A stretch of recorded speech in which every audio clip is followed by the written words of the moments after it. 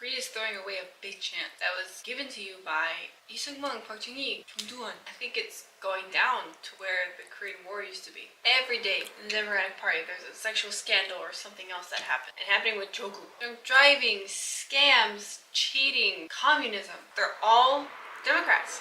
So how can you vote for that type of party? Even if the right side is incompetent. Is this right for the Republic people? Is it a warning for the Republic Party? Or am I not normal? 아니면 정말 국민들이 개, 돼지인가? 나도 정말 모르겠다. I want to see what's going to happen because we're going to have politicians that meet the level of the people. If there are a lot of people who want to leave Korea, I mean, is there a place they can even go any lower? Birth rate is the lowest in the world and the suicide rate is in first place. Does Korea have a future? I don't know.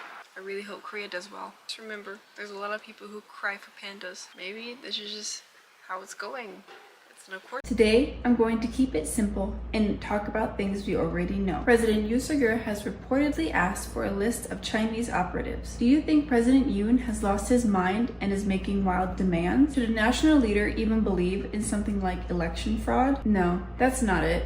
Think carefully. In the past, anyone who mentioned election fraud was dismissed as a lunatic and the topic had a terrible image. If a sitting president of a nation is focusing so much on election fraud, don't you think there must be something to it? If you have an IQ above 80, you'd naturally come to this conclusion. This is a man who, despite his age, passed the bar exam, became a prosecutor, a prestigious career, and climbed to the top of Korea's legal elite as prosecutor general. On top of that, he earned the people's trust and was elected president. Does this sound like someone who's lost his mind? No, that's not it.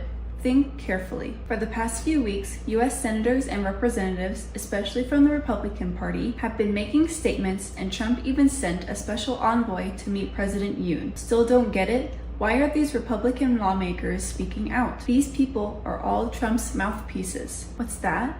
Why doesn't Trump speak out directly? Well, Trump is currently the president-elect. Sure, Biden might be running the US into the ground, but his term isn't over yet. If Trump bypasses the sitting president to address such a major political issue, it would create noise even within the US. That's why Trump is holding back for now. But even with this restraint, the US is already dropping massive hints. Remember when Korean media insisted Harris would win the midterms? Back then, 6 months before the election, I said Trump would win in a landslide. So let me ask, will you trust me this time? I'm confident that as soon as Trump is inaugurated, he'll mention Korea within 2 days. No doubt about it. Trump is more determined than anyone to take down China and the election fraud. Most Americans want him to do this too. So, do you think someone like Trump, who's so focused on approval ratings, would ignore Korea's massive election fraud case? I guarantee it, he won't.